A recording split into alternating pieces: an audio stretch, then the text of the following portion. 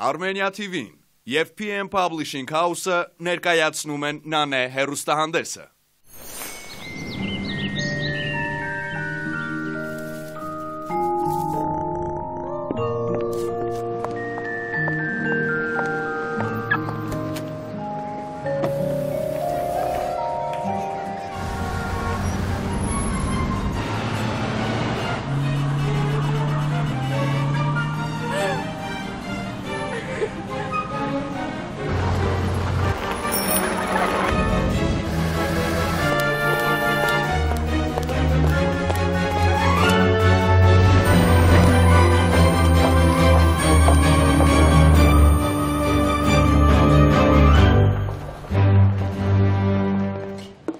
Մեզանից յուրաքանչյուրն ունի կանացի իր հնարքները կյանքի տարբեր իրադարձություններում։ Սակայն կանանց միավորում է մեկ ունիվերսալ քայլ։ Նրանք բոլորն էլ փնտրում են մեկ բանաձև, իրենց երջանկության բանաձևը։ Եթերում Նանեն է, ողջույն։ Դիտեք այսօր Նանեի եթերում։ Տավարիստեյք համեմված յուրահատուկ սոուսով, պլազմոլիֆտինգը որպես մաշկային հիվանդությունների բուժման մեթոդ, կանացի առողջություն, մեկնաբանում են մասնագետները, հաղորդավար Հակոբ Հակոբյանը զավեշտալի դեպքերի, լավատեսության, խոհանոցի և սիրո մասին։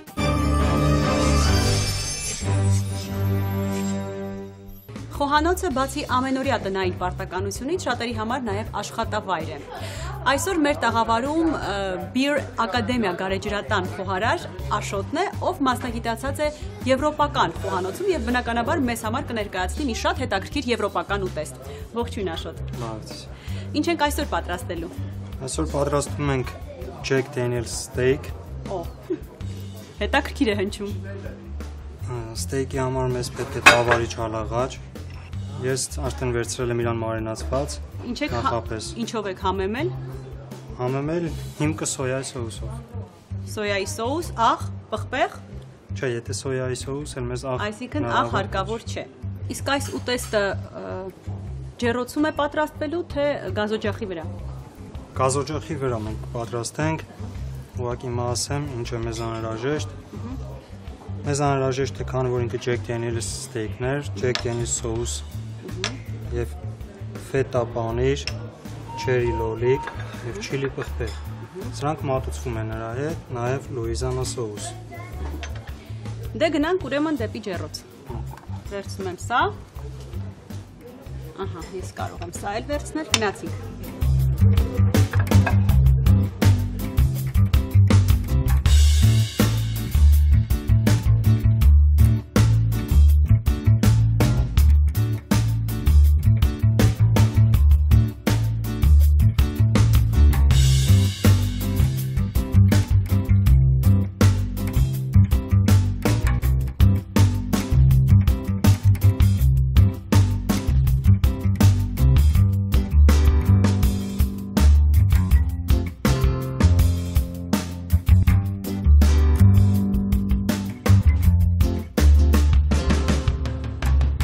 Մեր ուտեստը արդեն պատրաստ է։ Մենք վերջացրեցինք եփելը, հիմա Jack Daniel's սոուսը մենք նախապես նորից եփեցինք, ավելի թանձրացրեցինք։ Հիմա այս սոուսը ստեյքի վրա։ Շատ համեղ է, կարծում եմ։ Չեմ կարծում, համոզված եմ։ Երբ մենք պատրաստում էինք, ակամայից հիշեցի ռուսական կուխնյա հեռուստասերիալը։ Դիտել եք դուք։ Շատ քիչ։ Բայց ծանոթ եք։ Եվ հասկացա, որ յուրաքանչյուր ռեստորանի խոհանոց ունի իր ներքին խոհանոցը։ Այո։ Իսկ ինչ եք անում, երբ պատվերները շատ են եւ չեք հասցնում։ Սկսում եք միմյանց վրա բղավել։ Չենք բղավում, ամենքս մեր գործը դասավորում ենք, նորմալ հասցնում ենք։ Հասցնում եք։ Հիմա մենք նրա հետ մատուցում ենք կծու սոուս, Լուիզիանա, եւ նրան ձևավորում ենք չիլի կծու պղպեղներով։ Ես շատ եմ սիրում կծու։ Իր այդ մատուցումը։ Իսկ լոլիկները։ Չերի լոլիկները նույնպես։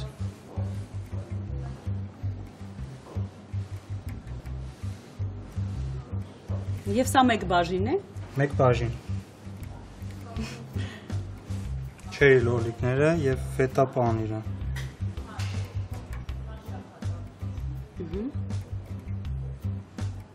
Շատ ախորժալի տեսք ունի։ Շատ համեղ է։ Ես չեմ կասկածում։ Շնորհակալ եմ Աշոտ, մեր ուտեստը արդեն պատրաստ է, մնում է համտեսել, Պրոշյանի գինու գործարանի կարմիր չոր գինին շատ լավ կհամադրվի մեր այսօրվա ստեյքի հետ, կարծում եմ։ Այո։ Դե, ես շնորհակալություն եմ հայտնում։ Ես եմ շնորհակալ ձեզ ձեր հրավերի համար։ Այս հետաքրքիր եւ համեղ ուտեստը պատրաստելու, իսկ մեր սիրելի հեռուստադիտողները կարող են դիտել Բաղադրատոմսը հեռուստաէկրաններին եւ անպայման պատրաստել։ Steak Jack Daniels 700 գրամ տավարի չարաղաջ, 70 գրամ սոուս Jack Daniels, 50 գրամ Լուիզիանա սոուս, 5 հատ թարմ չիլի պղպեղ, 5 հատ չերի լոլիկ, 20 գրամ ֆետա պանիր։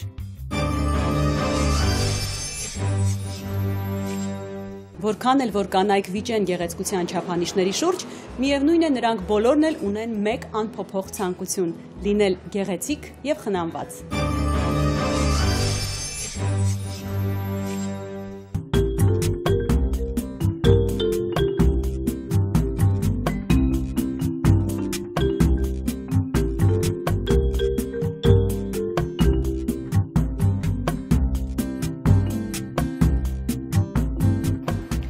Պլազմոլիֆտիկ տերմինը վերջին շրջանում բավականին ակտուալ է դարձել բժշկության մեջ։ Այն բացի երիտասարդացնող ֆունկցիայից օգնում է նաև բուժել մաշկի մի շարք հիվանդություններ։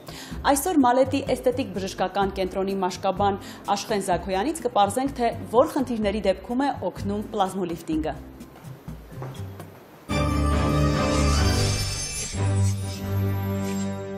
Ողջույն Աշխեն։ Ողջույն։ Նախ կցանկանայի խոսել պլազմոլիֆտինգ պրոցեդուրայից այն հեռուստադիտողների համար, ովքեր չգիտեն այս տերմինի նշանակությունը։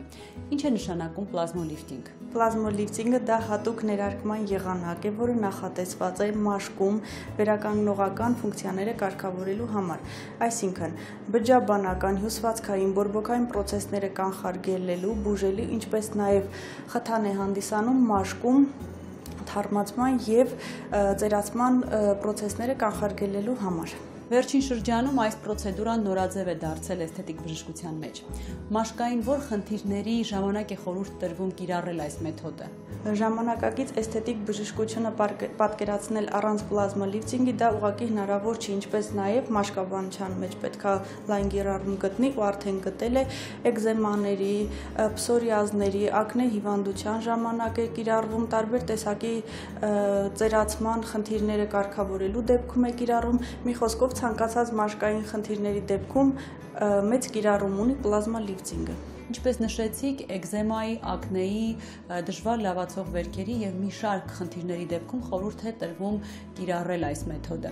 Իսկ ինչպես է պլազմոլիֆտինգը լուծում խնդիրը։ Նման խնդիրների ժամանակ մաշկում առաջանում են որոշակի փոփոխություններ, որոնք դա կլինի մաշկի չորությունը, հյուսվածքաբանական փոփոխությունները, տվյալ դեպքում բորբոքային պրոցեսների առաջացումը, այս դեպքում պլազմոլիֆտինգը դա մարդուց վերցնում է սեփական արյունը, ցենտրիֆուգայով կատարվում է մշակում, այնուհետև առանձնացվում է պլազման, որից հետո պլազման ներարկվում է տվյալ ախտահարված օջախները։ Պլազման դա համարվում է առաջին հակաբորբոքային միջոցը մաշկաբանության մեջ, որը որ բուժում է եւ կանխարգելում է նման հիվանդությունների առաջացումը։ Իսկ որքան է տևում մաշկի լավացման փուլը։ Հնարավոր է որոշ ժամանակ անց այս խնդիրները կրկին ի հայտ գան, օրինակ էկզեմայի դեպքում։ Էկզեման ունի երկու տարատեսակ, դա մի դեպքում լինում է թաց էկզեմա, մյուս դեպքում լինում է չոր էկզեմա։ Երկուսի դեպքում էլ պլազմոլիֆտինգը շատ կիրառելի է։ Այսինքն, եւ որ ունենում ենք բաց թաց վերքեր, նույնպես կիրառում ենք, եւ որ ունենում ենք չորուկներով եւ թեփուկներով մաշկ, նույնպես կիրառվում է։ Երկուսի դեպքում պրոցեդուրան կատարվում է 3-ից 4 անգամ 10 օր ընդմիջումով, այնուհետև հիվանդը հաճախում է 7-ից 8 ամիս հետո, այսինքն լրիվ լավացումից հետո, 7-ից 8 ամիս հետո, որպեսզի պրոցեսը հետ չգա, նորից կրկնում չառաջանա, արվում է մեկ պրոցեդուրա, որը որ պահպանողական բնույթ է կրում։ Սովորաբար նման բուժումից եւ մյուս դեղորայքային բուժումներից հետո հետ չի գալիս պրոցեսը։ Իսկ փսորիազի դեպքում կարելի է մեկընդմիշտ ազատվել այս խնդրից պլազմոլիֆտինգի միջոցով։ Ինչպես գիտենք, պսորիազը դա կրկնվող թեփ առաջացնող հիվանդություն է, որի ժամանակ դեռևս աշխարհում չկա լրիվ ազատում պսորիազից, այսինքն բուժումը դա հասանելի չի, սակայն ժամանակ առ ժամանակ պրոցեդուրան ընդունելուց, այսինքն ինչ է կատարում, եւ որ ունենք ախտահարված օջախ, տվյալ օջախի շրջակայքում կատարում է ներարկում, 2-ից 3 օր հետո սկսում է վերարտադրողական ֆունկցիան ավելի կատարվել, այսինքն գնում է շերտազատում եւ օջախը գնալով փոքրանում է։ Նորից պրոցեդուրան կատարվում է 3-ից 5 անգամ 10 օր ընդմիջումով, որից հետո 8 ամիս հետո մեկ անգամ կրկնում է կատարվում։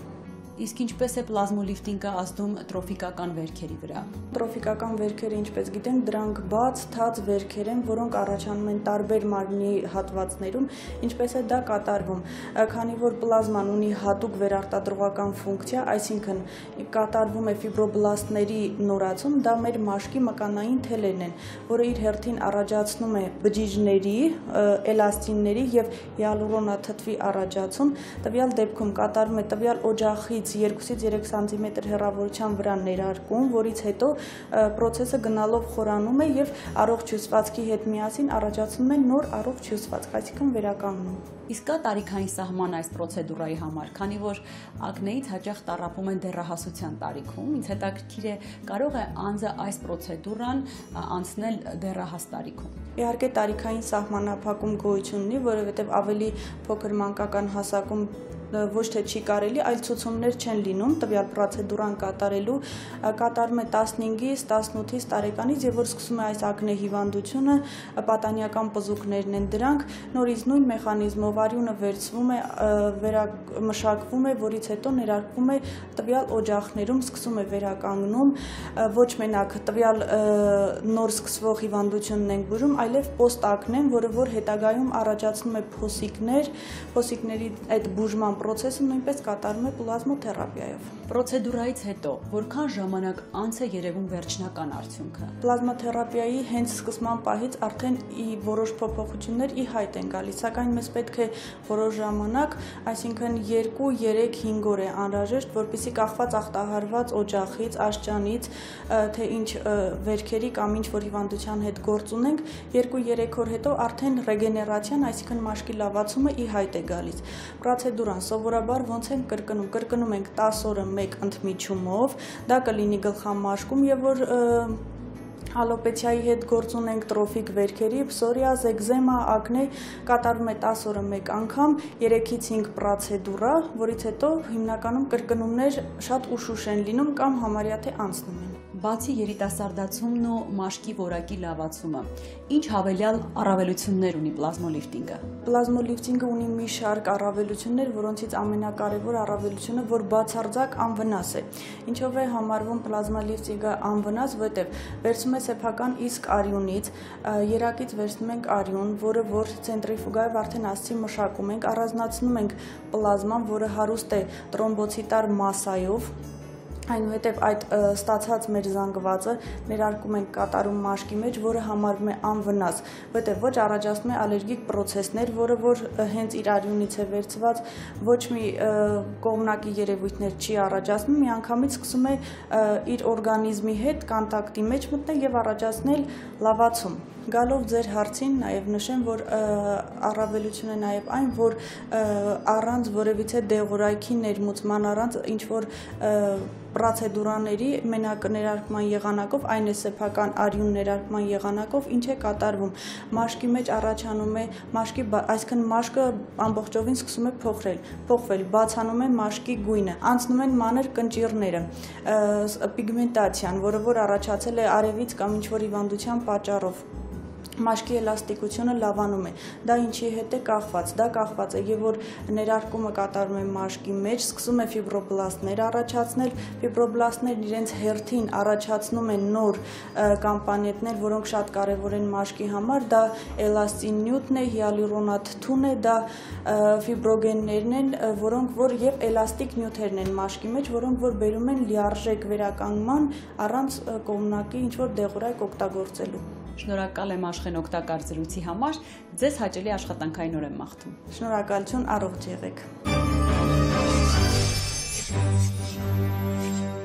Առողջությունն այն կարևորագույն արժեքն է, որի մասին հարկ է մտածել մինչ առողջական խնդիրների ի հայտ գալը, եւ միգուցե այդ ժամանակ խուսափենք ֆիզիկական եւ հոգեբանական հարակից խնդիրներից։ Կրծքագեղձի վիրահատությունից հետո կանայք հաճախ են բախվում հետվիրահատական խնդիրների հետ։ Նման խնդիրներից են ձեռքի այտուցվածությունն ու հեղուկի կուտակումը։ Այս խնդիրները լուծելի են համապատասխան մասնագետի միջամտության շնորհիվ։ Այսօր հայ-ամերիկյան առողջության կենտրոնի ռեաբիլիտոլոգ մերսող Արսեն Դաբաղյանի հետ կզրուցենք հետվիրահատական մերսումից։ Ողջույն բժիշկ։ Նախ կուզենայի պարզել ինչ է տեղի ունենում օրգանիզմում կրծքագեղձի վիրահատությունից հետո։ Առաջնահերթ նախ ասեմ ցանկացած վիրահատություն դա արդեն վնասվածք է, քանի որ բացվածք է լինում, բայց հատկապես մեծ խնդիրները լինում են եւ առաջանում են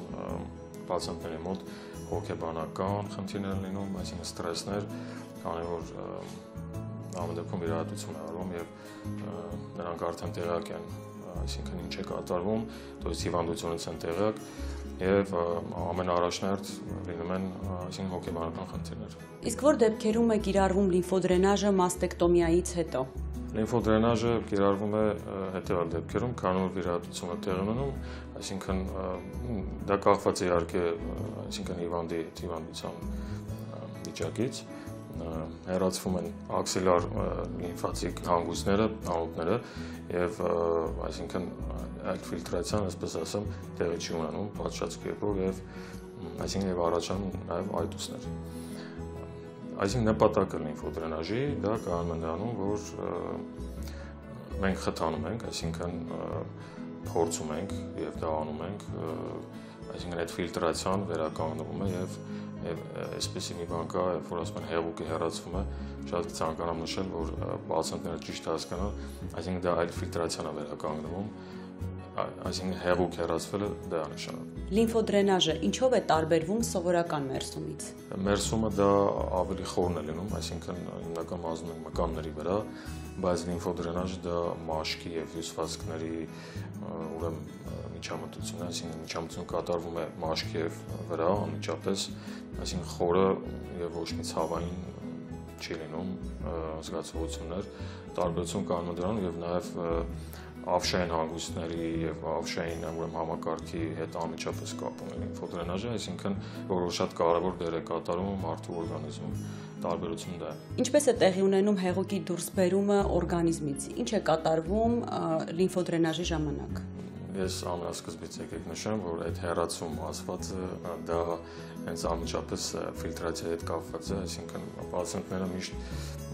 հասկանում են տենց հեռացում, թե ինչ-որ տեղից դա դուրս է գալիս է տեղոքը, բայց դա ընդհանրապես ուրեմն այդ ֆիլտրացիան է վերականգնվում իր ձևով,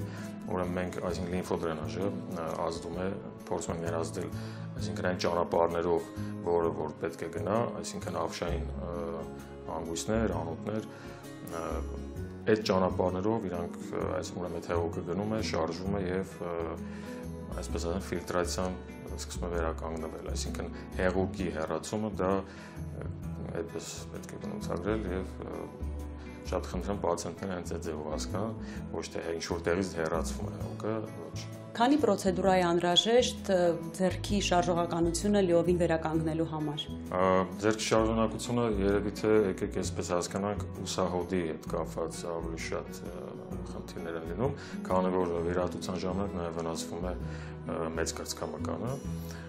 բայց դա շատ ինդիվիդուալ է, այսինքն դա կապ, ես այսպես կարող եմ ասել, մարդու օրգանիզմից է կապված, միգուցե չեմ երկու շաբաթ, միգուցե ամիս, երկու ամիս, այսինքն դա շատ ինդիվիդուալ հարց է։ Կախված է միայն մարդու օրգանիզմից, տարիքից, սեռից եւ բնականաբար ուրեմն այդ հիվանդության վիճակից։ Կարող է վիրահատվածը սովորել ինքնուրույն կատարել այս պրոցեդուրան, թե մասնագետի միջամտությունը պարտադիր է։ Իհարկե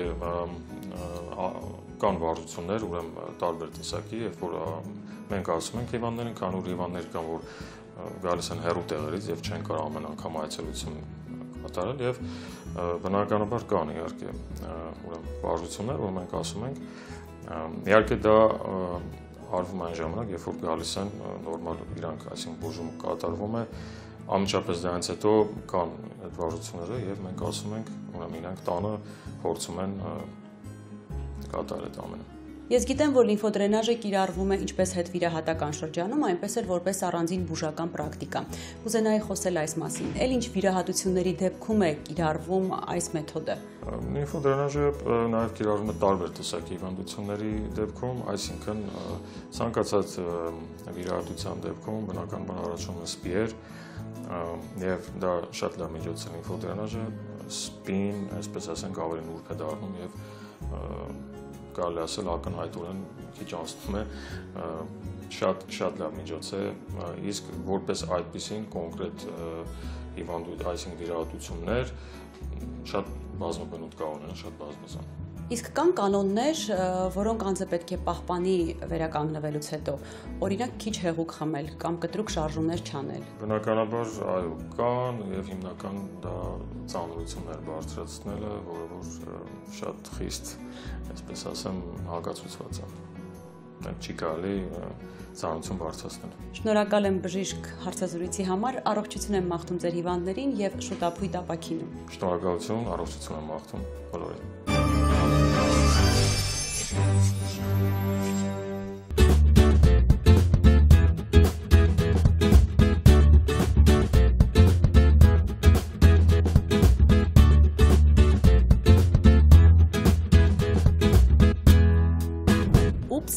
Բարտեր, սոված խաղեր։ Այս նախագծերը հեռուստադիտողների մոտ ժպիտ են առաջացնում։ Բնականաբար հաղորդումների ողջ ինձրիկը պահում է հմուտ եւ գրագետ երիտասարդ հաղորդավար Հակոբ Հակոբյանը, ով այսօր մեր տաղավարում է եւ այժմ մեզ կներկայացնի իր հաղորդավարական եւ անձնական հմայքի գաղտնիքը։ Ողջույն Հակոբ։ Ողջույն։ Դու սովորաբար հեռուստադիտողները, այսինքն քեզ սովոր են տեսնել հաղորդավարի կարգավիճակում, այսօր դու մեզ մոտ հյուրի կարգավիճակում ես։ Այո։ Ինչպես ես քեզ զգում մեր տաղավարում։ Ես ինձ բնականաբար շատ լավ եմ զգում, որովհետև ես ինձ միշտ լավ եմ զգում, երբ շրջապատված եմ հմայքով։ Այս դեպքում քեզնով։ Հետևաբար զգացողություններս ուղղակի փայլուն են։ Շնորհակալ եմ։ Դու վարել եւ վարում ես ժամանցային հումորային նախագծեր, չնայած ինքդ բավականին լուրջ մասնագիտություն ունես, ավարտել ես Երևանի թատրոնի եւ կինոյի պետական ինստիտուտի հեռուստառեժիսուրայի ֆակուլտետը։ Հնարավոր է քեզ մի օր հեռուստադիտողները տեսնեն ոչ թե հաղորդավարի, այլ ուղղորդողի, այսինքն ռեժիսորի դերում։ Հնարավոր է այդպիսի բան, որովհետև ես շատ երկար տարիներ եմ ուսումնասիրել ռեժիսուրա մասնագիտությունը, ոչ միայն որպես հեռուստառեժիսոր, այլև որպես կինո վավերագրող ռեժիսոր։ Հետևաբար այն ինչ ես սովորել եմ, մի օր ուզում եմ օգտագործել ավելի մեծ կինոյում ունեմ փոքրիկ վավերագրական լրագրողական նմանատիպ ֆիլմեր, բայց եւ չեմ կարող չերազել գեղարվեստական մեծ ֆիլմի մասին կամ ընդհանրապես ռեժիսոր աշխատանքի մասին, որովհետեւ դա ես սիրել եմ, սիրում եմ ու դեռ կսիրեմ։ Եթե չեմ սխալվում, դու կրթությունդ շարունակել ես կինոարվեստի բաժնում, ունես մասնագիտական գլոբալ երազանք, որ պետք է իրականացնես անպայման։ Չէ, չունեմ, որովհետև ես դեռ պատրաստ չեմ որպես կինոռեժիսոր ներկայանալու եւ նույն այդ իմ երազանքը հենց այդ գեղարվեստական ֆիլմն է, որը ես կուզենայի նկարահանել, ես դեռ պատրաստ չեմ, որովհետև բացի այն, որ ես սովորել եմ Երևանի եւ թատրոնի կինոյի պետական ինստիտուտում, դրա հետ մեկտեղ ես նաեւ հաղթել եմ մրցույթներում եւ մասնակցել եմ նաեւ երկարաժամկետ վգիկի դասընթացներին, բազում այլ կինոփառատոններ, որտեղ նաև կային շատ երկար ամենօրյա սեմինարներ։ Մի խոսքով, ես հասկացա, որ ես դեռ շատ բան չգիտեմ։ Ես հասկացա, որ ես գիտելիքների մեծ պակաս ունեմ, որպեսզի ես կարողանամ ներկայացնել այն ինչ որ ես մտածում եմ, այն ինչ որ ես պատկերացնում եմ։ Իրականում շատ սխալներ, շատ բաներ կան, որոնք մենք թատերական ինստիտուտում չհասցրեցինք սովորենք, երևի թե այդպես ասեմ։ Հետևաբար դրան հասնելու համար ինձ դեռ սովորել է պետք։ Սովորել կամ աշխատել ինքս ինձ վրա, չգիտեմ ինչպես կստացվի։ Այդպես է, ինչքան շատ դռներ ես բացում, այդքան քեզ համար ամեն ինչ նոր եւ քեզ թվում է, որ դու դեռ ոչինչ չգիտես։ Այո։ Ամեն ինչ ավելի բարդանում է, երբ որ սկսում ես ավելի շատ իմանալ։ Ինչքան իմանում ես, այնքան ավելի բարդանում է ամեն ինչ, այո։ Հակոբ, համոզված եմ, որ քո հումորային նախագծերում բավականին հաճախ զավեշտալի դեպքեր են տեղի ունենում։ Կարող ես հեռուստադիտողների հետ կիսվել, օրինակ մի դեպքով, որը շատ տպավորվել է քո մեջ առ այսօր։ Գիտեք ինչն է հետաքրքիրը, միշտ այդ հարցերի ժամանակ ես չեմ իմանում, թե որ մեկը պատմեմ եւ որ մեկը կարելի է չպատմել կամ չգիտեմ այդպես, որովհետև իմ հաղորդումները իրանք տեղով զավեշտ են ստացվում եւ այդ ամբողջ զավեշտը ինչ որ մենք անում ենք այդ հաղորդումների ժամանակ, դրանք ամբողջությամբ եթեր են հեռարձակվում։ Հետևաբար միշտ չափի մեջ է լինում ամեն ինչ, բայց էլի զավեշտալի եւ այդ ամեն ինչը հեռուստադիտողը արդեն տեսնում է եւ գաղտնիքներ կարելի ասել, որ այդտեղ չեն մնում, գուցե շատ խոհանոցային բաներ են տեղի ունենում, որոնք չեն էլ հետաքրքրի հիմա հեռուստադիտողին, բայց եւ այնպես ես կարող եմ ինչ որ հետաքրքիր բան գուցե նաև զավեշտալի դեպք պատմել, վերջերս Երևանի սուպերմարկետներից մեկում էի ու սուպերմարկետում մի կին մոտեցավ ինձ ու մի հատ լետակունցը թանի, որ չգիտեմ ինչ ա եղել, որ շատ հրամայական տոնով էլի, մի հատ լետակունցը թանի, սենց հանեցի, սենց հան, դու ես, ասում եմ ես չգիտեմ ես եմ, այդ ակումսս արդեն հանել եմ, սենց հան, հա էլի, դու ես, դու չես հասկանում, որ այդ ժողովրդին, որ դու բերում ես այդ հաղորդման մեջ, դրանք բան պատրաստել չգիտեն, ինձ կանչի, բալես, դու գիտես ես ինչ էր սարքել գիտեմ, ես կանեմ, են կանեմ, թող ժողովուրդը նայեն, սովորեն, թե իրականում ինչ ա պետք սարքել, ոչ թե այդ դրանք սարքել գիտեն, մեկը երգում ա, մեկը արտասանում ա, մեկը խոսում ա, թող ամեն մեկը իր գործով զբաղվի էլի։ Այդպես հետաքրքիր իրավիճակ էր, որովհետև բոլորը կողքից նայում էին ու մինչև հիմա երբ որ մտնում եմ այդ սուպերմարկետ, ինձ ասում են, «Էլի մի հատ ակնոցը թանի»։ Այդպես։ Հաղորդման հետ կապված հիմնականում մարդիկ ինձ հարցեր են տալիս, թե խոհանոցի հետ կապված։ Ես բնականաբար այդ հարցերին չեմ կարողանում լիարժեք պատասխաններ տալ։ Ճիշտն ասած, ես նույնպես ուզում էի քեզ հարցնել, որովհետև սոված խաղերը վարում ես խոհանոցային նախագիծը, իդեպ ասեմ, որ ես նույնպես մասնակցել եմ քո հաղորդմանը։ Ուզում էի հարցնել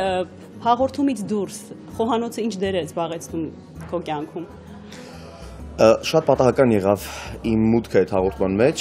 չնախատեսված, սովորաբար իմ կյանքում միշտ լինում է, ինչի մասին ես երազում կամ երբևիցե մտածում եմ, ես չգիտեմ, թե երբեի մտածել ես հաղորդման մասին կամ երազել այսպիսի ֆորմատի մասին, բայց ես հայտնվեցի խոհանոցային հաղորդման մեջ, որի հետ ես ընդհանրապես կապ չեմ ունեցել, որովհետև ես միշտ սիրել եմ համեղ ուտել, շատ ուտել,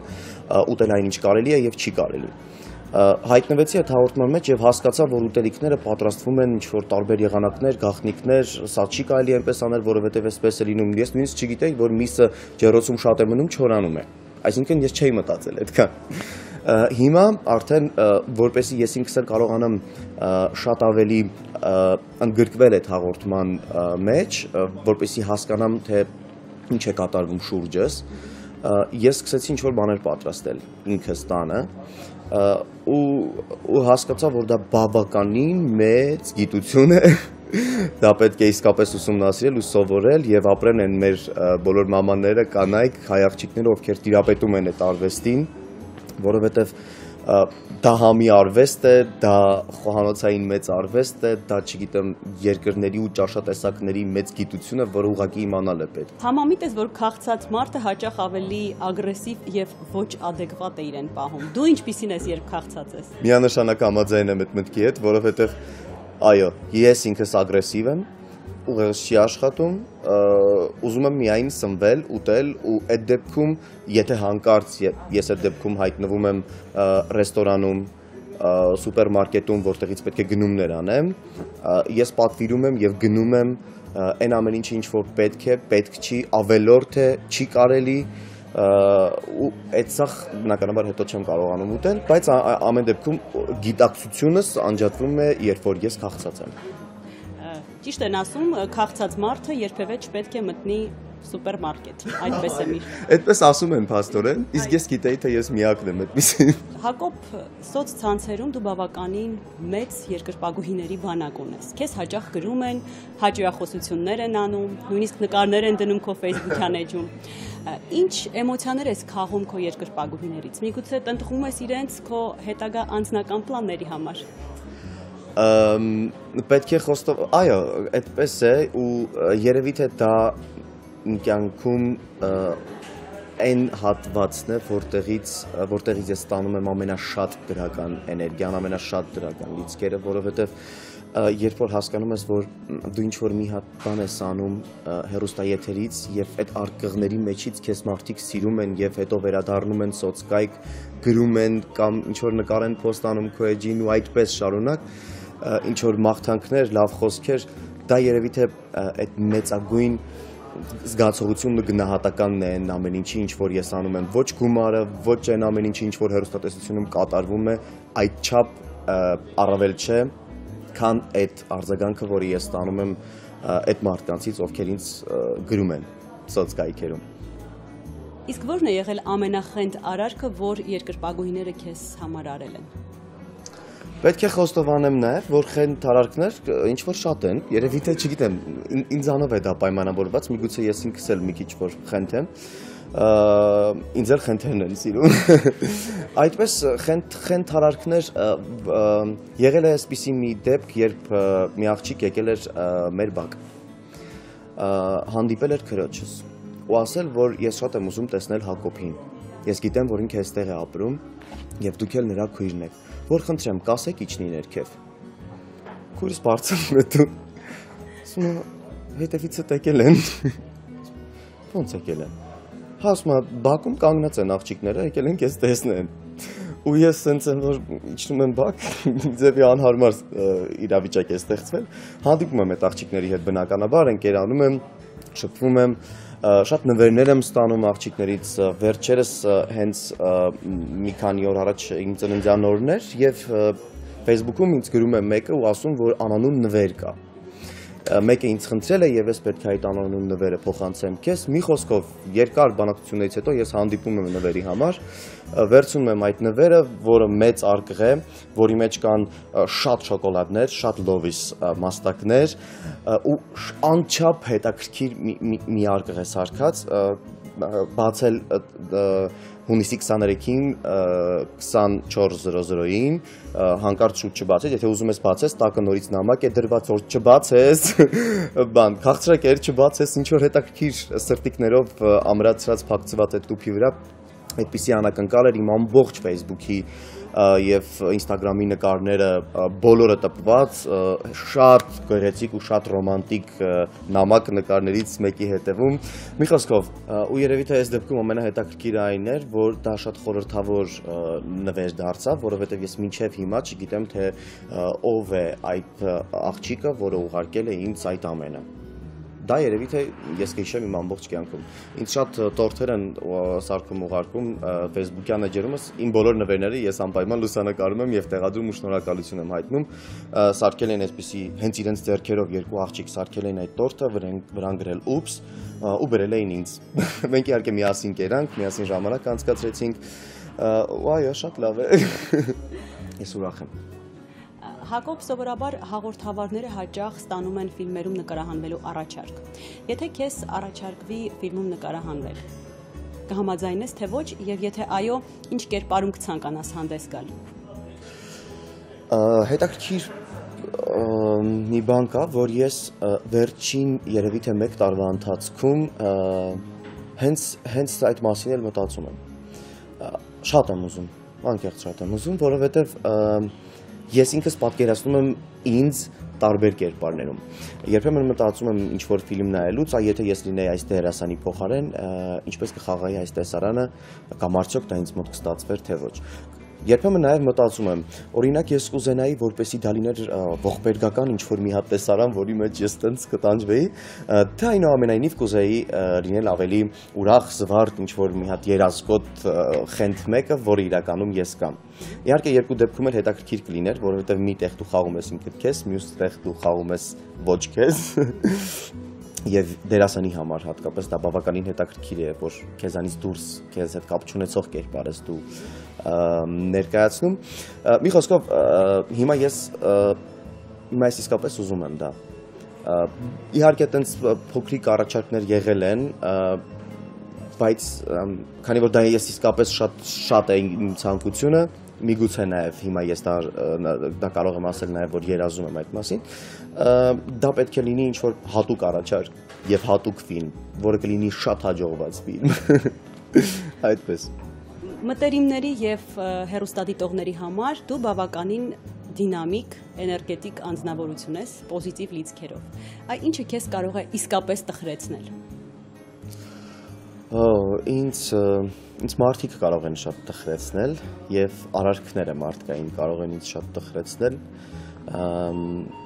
Էլ ուրիշ ոչինչ է երևի, որովհետեւ ես դժվար եմ տխրում։ Իսկ մարդկային փոխհարաբերություններում որտեղ է ավարտվում հանդուրժողականության սահմանը քեզ համար։ Երբ կարող է համբերությանդ բաժակը լցվել։ Միանշանակ դա լինում է այն ժամանակ, երբ ինձ խաբում են։ Նույնիսկ այն վատ արարքները, որոնք կարող են սխալները, որոնք կարող են տեղի ունենալ իմ շուրջ, բայց երբ ինձ խաբում են, դա իմ ամենաչսիրելի եւ այն հատվածն է, որին պետք չէ կպնել։ Երբ ինձ խաբում են, ես երևի թե կորցնում եմ ինձ եւ չգիտեմ, ամենից շատ եմ վիրավորվում հենց այդ ժամանակ։ Հոգեբանները մարդկանց տարանջատում են 3 մեծ խմբի՝ լավատես, վատատես եւ իրատես։ Դու նշվածներից որ խմբին ես պատկանում։ Այո, հոգեբանները նաեւ ինձ ասում են, որ ես սանգվինիկ եմ, այո, ես իսկապես սանգվինիկ եմ եւ բնականաբար ես լավատես եմ։ Նույնիսկ ամենա այն դեպքերում, որ նորմալ բանական մարդը պետք է տխրի եւ գոնե մի երկու օր պետք է տրամադրություն չունենա, դա ինձ մոտ շատ կարճ է տևում կամ էլ ընդհանրապես չի լինում, որովհետեւ ես իսկապես շատ լավատես եմ։ Ես երբ տխրելու առիթ եմ ունենում, միշտ գտնում եմ առիթներ ուրախանալու համար եւ միշտ մտածում եմ այն լավ էակի, այն լավ մարդու, այն լավ իրավիճակի մասին, որը ինձ միշտ ուրախացնում է։ Հիմա իմ լավ այդ լուսավոր պայծառ հատվածը դա արդեն իմ Միլան է, իմ քրոջ աղջիկը, որը վերջերս լույս աշխարհի եկավ։ Բայց արի համաձայնիր, որ լավատեսությունը, այսինքն տարիքին զուգընթաց լավատեսությունը պահելը ավելի մեծ ներքին ներուժ է պահանջում։ Երիտասարդ տարիքում լավատես լինելը ավելի հեշտ է, քան ավելի մեծ տարիքում։ Որն է քո ներքին ուժը, որը քեզ ստիպում է չհուսահատվել, չընկճվել եւ հավատալ լուսավոր ապագային։ Ես հավատում եմ, որ ես կարող եմ, որովհետև երբ որ ինչ-որ դժվարություններ են լինում, ես մտածում եմ դա իմ թուլությունից էր։ Եթե ինչ-որ միտեղ ես սխալվում եմ, ես եմ մեղավոր, եթե ինչ-որ միտեղ ես տխուր եմ, ուրեմն էլի ես եմ մեղավոր, եւ այդ իմ տխրությունից էլ բխում են մյուս խնդիրները, որովհետեւ ինչքան իմ ուղեղում տխրություն է եւ բացասական էներգիա է եւ բացասական մտքեր են, դրա քառապատիկը վերադառնում է իմ կյանք։ Հետեւաբար ես փորձում եմ միշտ լինել լավատես եւ ուղղակի չտխրել, ուղղակի մտածել միայն լավի մասին ու երևի թե ինձ պահում է հենց իմ ուժը, որ ես մտածում եմ միշտ պետք է հաղթեմ։ Հակոբ, սիրո կարևոր նախապայմանները որոնք են։ Ինձ համար ես չեմ թաքցնի, ինձ համար շատ կարևոր է ես չէի ուզենա սկսել դրանից, բայց քանի որ դիմավորում են արտաքինով եւ ճանապարհում նոր արդեն խելքով, հետեւաբար այո, սկսում ենք արտաքինից։ Ինձ համար շատ կարևոր է արտաքինը։ Գեղեցիկ թե տգեղ, թե ոչ այդքան գեղեցիկ, դա այլ հարց է, որովհետև ճաշակին ընկեր չկա։ Ինձ համար գեղեցիկը մեկ ուրիշն է, մեկ ուրիշի համար իր կինը ամենագեղեցիկն է։ Հետևաբար ինձ համար շատ կարևոր է, որ ես նրան արտաքնապես հավանեմ։ Ինձ համար շատ կարևոր են աչուկները, թե ինչպես են դրանք ժպտում, երբ տեսնում են ինձ։ Ինձ համար շատ կարևոր է այն հավատարմությունն ու այն վերաբերմունքը, որը մենք իրար հանդեպ ունենում ենք։ Ինձ համար ամեն ինչ երևի թե կարևոր է։ Ես հիմա կարող եմ սկսել խոսել այն ամեն ինչի մասին, ինչ որ կա այս աշխարհում, որովհետև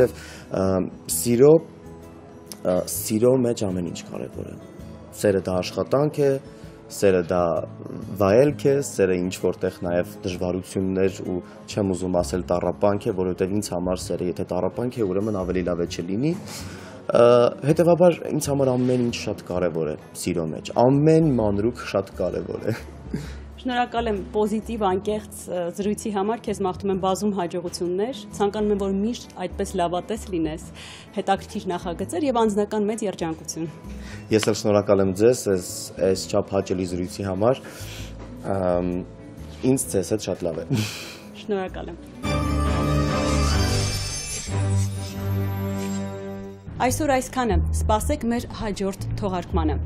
Ժպտացեք հաճախ և գտեք ձեր երջանկության բաղադրատոմսը։ Կհանդիպենք։